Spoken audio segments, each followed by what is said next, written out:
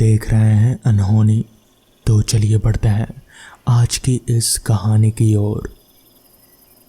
आज अपने खास दोस्त प्रदीप की असमय मृत्यु का दुखद समाचार सुनकर सबसे पहले मैं अस्पताल पहुंचा और जब वहां से वापस लौट रहा था तो अचानक एक काले कुत्ते के सामने आ जाने पर मैं भी भयानक रूप से घायल होकर हॉस्पिटल में अचेत पड़ा था।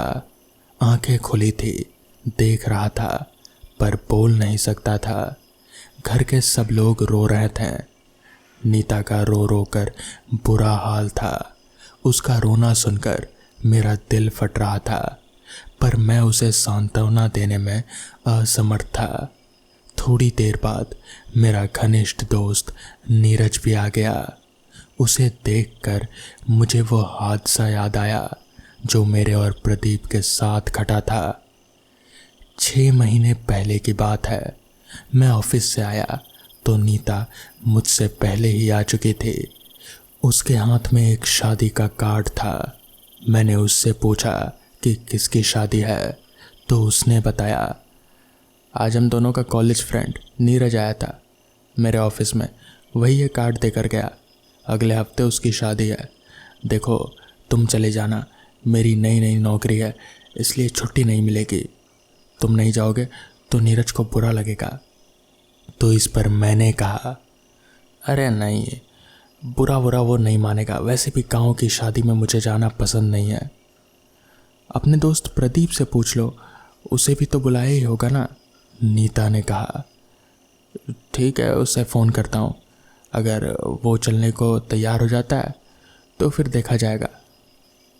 कहते हुए मैंने प्रदीप को फ़ोन लगाकर कहा, क्या अगले हफ्ते नीरज की शादी में चलोगे? तो उसने कहा, मैं तुम्हें कल बताऊंगा, आजकल ऑफिस में बड़ा काम है यार, बॉस से छुट्टी मिलेगी, बस यही सोच रहा हूँ, अगर मिल गई तो चलूँगा। कहकर प्रदीप ने फ़ोन रख दिया। अगले दिन शाम को उसने मुझे फ़ोन करके बताया कि उसे छुट्टी मिल गई है, इसलिए वो भी चलेगा। एक हफ्ता बाद मैंने नीता को याद दिलाया, अरे सारी तैयारी कर दिया ना, क्योंकि आज मुझे नीरज की शादी में जाना है। तो इस पर उसने हाँ कहा। शाम के 5 बजे मैं और प्रदीप नीरज के गांव जाने के लिए बस में बैठ चुके थे। 2 घंटे का रास्ता था। नीरज ने बताया था कि मेहमानों को ठहरने के लिए एक प्राइमरी स्कूल में व्यवस्था की गई है। बस स्टेशन से सिर्फ 2 किलोमीटर का रास्ता है। थोड़ी देर बाद बस चल पड़ी। बस में ज़्यादातर गांव के ही लोग थे। मैं खिड़की के पास बैठा था और प्रदीप मेरे बगल में। लगभग 1 घंटे बाद बस अचानक से रुक गई। सड़क पर एक बहुत ही डेंजर एक्सीडेंट हुआ था। कुछ सवारियां उतरकर देखने लगी। प्रदीप भी उतरकर देखने गया। थोड़ी देर बाद आकर बताने लगा कि खड़े हुए हाफ डाला ट्रक से एक कार का एक्सीडेंट हुआ था। ये लोग भी किसी शादी में ही जा रहे थे। पता नहीं कोई जिंदा है भी या नहीं। तभी एक आदमी बोला, नहीं मैं भी उसी कार में था, सिर्फ एक आदमी ही मरा है। घायलों को पुलिस एम्बुलेंस से अस्पताल पहुंचाने की व्यवस्था कर रही है। लगभग 2 घंटे बाद बस चली। रात के 10 बजे हम लोग स्टेशन पहुंचे। बहुत पहले एक बार मैं नीरज के गांव गया था, पर वहां वो स्कूल कहाँ था इसका मुझे कोई अंदाज़ा नहीं। मैंने नीरज को फ़ोन किया तो उसका फ़ोन बिजी जा रहा था, इसलिए हम दोनों उसके गांव के रास्ते पर चल दिए। थोड़ी देर बाद हमने देखा कि एक और आदमी उसी रास्ते पर चल रहा है। प्रदीप के पूछने पर उसने बताया कि वो भी उसी शादी में आया है और उसे सब पता है। हम दोनों निश्चिंत होकर उसके साथ चलने लगे। लगभग 2 किलोमीटर चलने के बाद वो एक बड़े से मकान के गेट के पास पहुंचा और हम लोगों से कहा, यही वो जगह है जहां मेहमानों को रुकना है। हम उसके साथ अंदर गए तो वहां पार्टी जैसा माहौल था। हमें भूख लगी थी। अपना सामान कमरे में रखा और हाथ मुंह धोकर खाने पहुंच गए, क्योंकि रात के 12 बज चुके थे। विविध प्रकार के पदार्थ, मिठाइयाँ और अनेकों प्रकार के भोजन थे। हम दोनों आपस में बातें कर रहे थे कि नीरज ने कितनी अच्छी व्यवस्था की है। ऐसा तो हमने सिर्फ होटलों के बारे में ही सुना था, उसका भी कभी उपयोग नहीं किया। भोजन के बाद थोड़ी देर नृत्य का आनंद लिया, उसके बाद अपने कमरे में आ गए। प्रदीप एक बार सोने से पहले फिर नीरज को फ़ोन करके अगले दिन का प्रोग्राम पूछना चाहता था, पर फ़ोन लगा ही नहीं। तो मैंने कहा, छोड़ो, अब सुबह देखेंगे। थोड़ी देर बाद हमें नींद आ गई। सुबह जब हम दोनों की आंख खुली तो हम दोनों एक नदी के किनारे स्थित बड़े से शमशान के बीच में पड़े थे। हमारा सामान भी वहीं पड़ा था। आसपास कई लोगों के अंतिम संस्कार की तैयारी चल रही थी। नीरज के साथ कई लोग हमें घेर कर खड़े हुए हम दोनों को होश में लाने की कोशिश कर रहे थे। मुझे कुछ समझ में नहीं आ रहा था कि हम यहाँ कैसे पहुँचे। नीरज ने कहा, तुम्हें स्कूल के बजाय यहाँ क्यों आ गए तुम लोग? मैंने नीरज को बताया, तुम्हारा फ़ोन बिज़ी आ रहा था, फिर जो आदमी हमें लाया वो भी तुम्हारा ही एक मेहमान था, वो भी शादी में ही आया था। नीरज ने बताया कि कल चाचा जी सपरिवार शादी में आ रहे थे। रास्ते में उनकी कार का एक्सीडेंट हो गया, जिसमें वो नहीं रहे। चाची जी और उनका बेटा हॉस्पिटल में है। कल रात शायद इसी वजह से मेरा फ़ोन बिज़ी रहा होगा। आज यहाँ चाचा जी के अंतिम संस्कार के लिए हम लोग व्यवस्था करने आए तो देखा तुम दोनों को। नीरज की बात सुनकर हम दोनों उसके चाचा जी के अंतिम दर्शन करने के लिए गए तो उन्हें देखकर हमारी आंखें खुली की खुली रह गईं। हमने नीरज से कहा, यही तो हमारे साथ कल रात स्टेशन से यहाँ आए थे और हमें उस जगह पर ले गए थे जहाँ हमें ठहरना था। तो इस पर नीरज ने कहा, कल 6 बजे एक्सीडेंट में इनकी मौत हो गई थी। हम लोगों को रात 10 बजे खबर मिली। नीरज की बात सुनकर मेरा ध्यान उस बात पर गया जो उस आदमी ने बस में हम लोगों को बताए थे कि वो भी कार में सवार था और उसमें सिर्फ एक आदमी ही मरा है। हम लोगों ने सोचा ही नहीं कि वो भी कार में था तो वो अब बस में क्यों है। हम एक आत्मा के साथ यात्रा कर रहे थे। ये विचार ही हमें डराने के लिए काफ़ी था। नीरज के पिताजी ने बताया कि उस शमशान के बारे में प्रचलित है कि वहाँ रात में आत्माओं का आगमन पर उत्सव होते हैं। गांव का कोई भी आदमी कभी भी अकेले शमशान की ओर नहीं जाता और जिस दिन किसी की मौत हो उस दिन तो बिल्कुल भी नहीं। आत्माएं नए सदस्य के इंतज़ार में रहती हैं और उस दिन उत्सव मनाती हैं।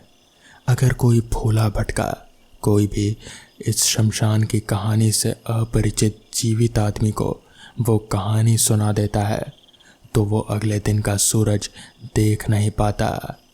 तुम दोनों के साथ शायद मेरे भाई की आत्मा थी, इसलिए तुम लोग जिंदा बचे हो। फिर भी अपना ध्यान रखना। कहते हुए वो कुछ चिंतित से हो उठे। मैंने उन्हें वहाँ के भोजन बाकी सब के बारे में बताया तो उन्होंने भी दांतों तले उंगलियां दबा ली, क्योंकि आज तक शमशान गया कोई भी आदमी वापस नहीं लौटा जो भी वहाँ की दावत की कहानी सुनाता। 2 दिन बाद जब हम लोग वहाँ से अपने घर के लिए चलें तो नीरज के पिताजी ने हमें समझाया कि बेटा, शमशान की घटना के बारे में किसी से मत कहना, क्योंकि कहा जाता है कि इससे आत्माएं कुपित हो जाती हैं और फिर उस आदमी के जीवन पर संकट आ जाता है। मेरा दिल ज़ोर ज़ोर से धड़क रहा था कि कहीं प्रदीप ने इस घटना के बारे में किसी से बात तो नहीं की।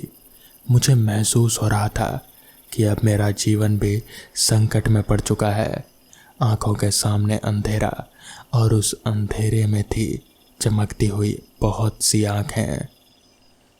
तो दोस्तों, ये थी आज की पहली कहानी।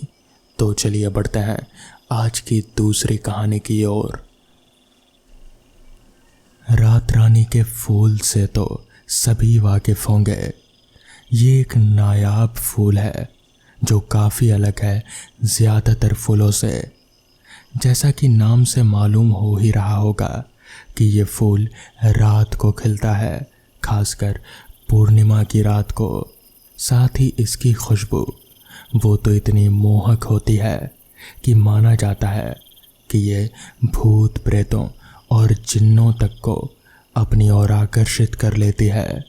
इसलिए हमें अक्सर रात रानी से दूर रहने की हिदायत दी जाती थी। पर मधु इन सब को नहीं मानते थे। उसे तो रात रानी के फूल से बेहद प्यार था। वो अक्सर पूर्णिमा की रात को जाया करते थे रात रानी देखने।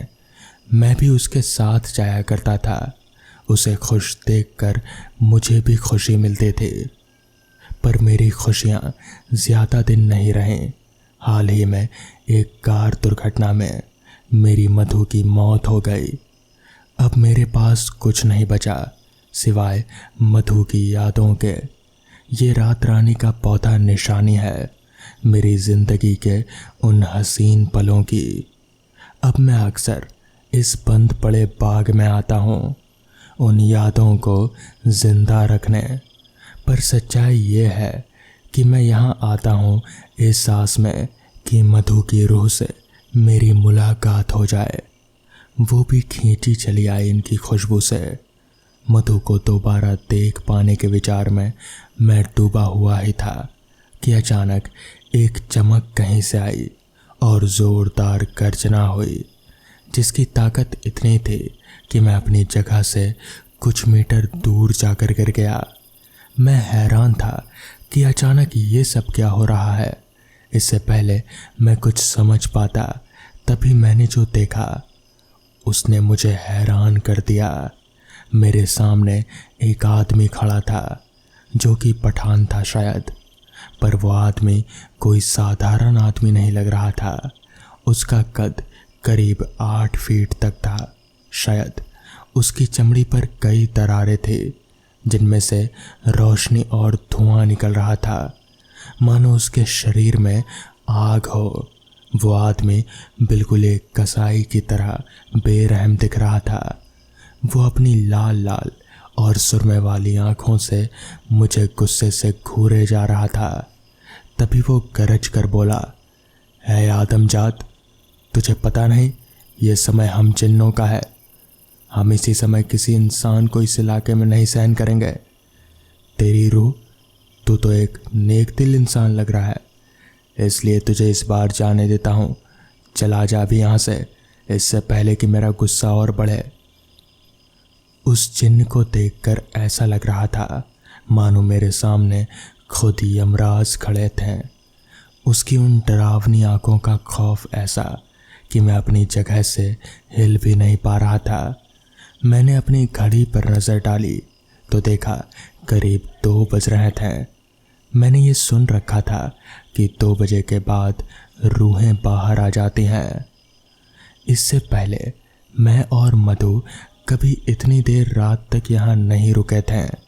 शायद इसलिए हमारा सामना इन रूहों से कभी नहीं हुआ। मेरा मन तो यही कर रहा था कि यहाँ से भाग जाऊं, पर फिर मेरे मन में आया कि मैं नहीं जाऊंगा। पहले तो बस एक आस थी मेरे मन में कि शायद मुझे मधु मिल जाए, पर फिर मुझे पूरा भरोसा हो गया इस बात पर। अब जब मैंने अपनी आँखों से एक जिन्न को देख लिया है तो मुझे यकीन हो गया कि मेरी मधु वो भी शायद यहाँ ज़रूर आएगी। मैंने उस जिन्न से हिम्मत करते हुए कहा, सुनिए, मैं यहीं रुकूंगा। मुझे किसी से मिलना है यहाँ। मैं वादा करता हूँ कि आपको कोई तकलीफ़ नहीं दूंगा। बस मुझे यहाँ रुकने दीजिए, मैं विनती करता हूँ। मेरी पूरी बात होने से पहले ही वो जिन्न मुझ पर झपटा। उसने अपने दाएं हाथ से मेरा गला पकड़ लिया। उसके हाथों में ऐसी गर्मी थी कि मानो किसी ने अंगारे मेरे गले पर बांध दिए हों। मैं दर्द से चिल्लाने लगा। तभी वो जिन्न हंसते हुए बोला, तूने अपने आप को क्या समझ रखा है? हमसे बदसलूकी करेगा? तेरा दिमाग तो सही है। तेरी जगह अगर कोई और होता तो तुम दबाकर भाग जाता। आखिर ऐसा कौन आने वाला है यहाँ जिसके लिए तो ऐसी बेवकूफ़ी कर रहा है? उस जिन्न की पकड़ की वजह से मैं ठीक से सांस तक नहीं ले पा रहा था। जैसे तैसे मैंने जवाब दिया, मैं अपनी पत्नी के रो के आने का इंतज़ार कर रहा हूँ। वो उससे मिले बगैर मैं नहीं जाऊँगा यहाँ से। ये सुनकर उस जिन्न का चेहरा थोड़ा गंभीर हो गया। तभी वो बोला, भूल जाओ उसे। इंसानों को इन सब चीज़ों से दूर रहना चाहिए। इसलिए तो अल्लाह ने तुमने दिन दिया है और हमें रात। मरे हुए को भूल जाना चाहिए और उन्हें उनकी कब्र में ही रहने देना चाहिए। अगर अल्लाह के बनाए नियम तोड़ोगे तो तुम्हें जन्नुम से भी बदतर जगह मिलेगी। तेरी हिम्मत की वजह से मैं तुझे एक और मौका दे रहा हूँ, चला जा यहाँ से। इतना कहकर उसने मुझे छोड़ दिया और मैं गिर पड़ा ज़ोरों से। थोड़ी देर फेफड़े भर ऑक्सीजन लेने के बाद मेरे शरीर में जान आई और मैं दोबारा उठ खड़ा हुआ। मेरे पास उसे कहने को कुछ नहीं था। कुछ देर के बाद वो जिन्न ज़ोरों से हंसने लगा और बोला, लगता है तू अपनी ज़िद पर अड़ा रहेगा। देख, मुझे इस जगह किसी इंसान का कत्ल करके नापाक नहीं करना, इसलिए मैं तेरी इच्छा पूरी कर रहा हूँ, लेकिन वादा कर कि इसके बाद तू यहाँ से चला जाएगा। मैंने अपना सिर हाँ में हिलाते हुए उसे इशारा किया। इसके कुछ पलों बाद ही वहाँ एक वाहन के मोटर की आवाज़ आई। फिर वहाँ एक वाहन आ गई जो थोड़ी बहुत बुरी अवस्था में थी। वो वाहन मधु के वहाँ से मिलती जुलती थी और फिर उस वाहन से मेरी मधु निकली। उसे देखकर मेरी आंखों से आंसू छलक आए। वो मुझसे दूर ही खड़े थे, मुझे हाथ हिलाकर इशारा कर रहे थे। मैं उसके पास जाने को आगे बढ़ा ही था कि तभी उस जिन्न ने मुझे रोक लिया और कहा, बस इतना ही, मैं तुझे यही दिखा सकता था, तू वहाँ नहीं जा सकता, बस इतना ही। उस जिन्न ने ऐसा कहा ही था कि तभी मधु की रूह जैसे हवा में कहीं धुआं सी हो गई। मैं अपने आंसू रोक नहीं पाया।